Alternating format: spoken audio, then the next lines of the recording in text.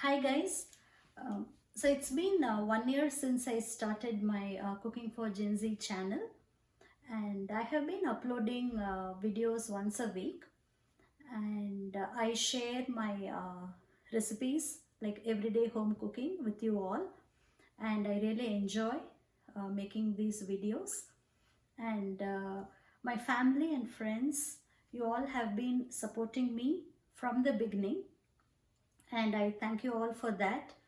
And I have made many YouTube friends.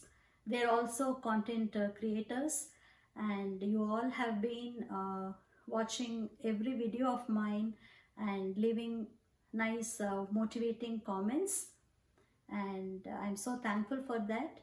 And some of you have sent pictures of the recipes that you tried from my channel, and I'm very happy for that, and that keeps me really motivated to do many of more nice videos.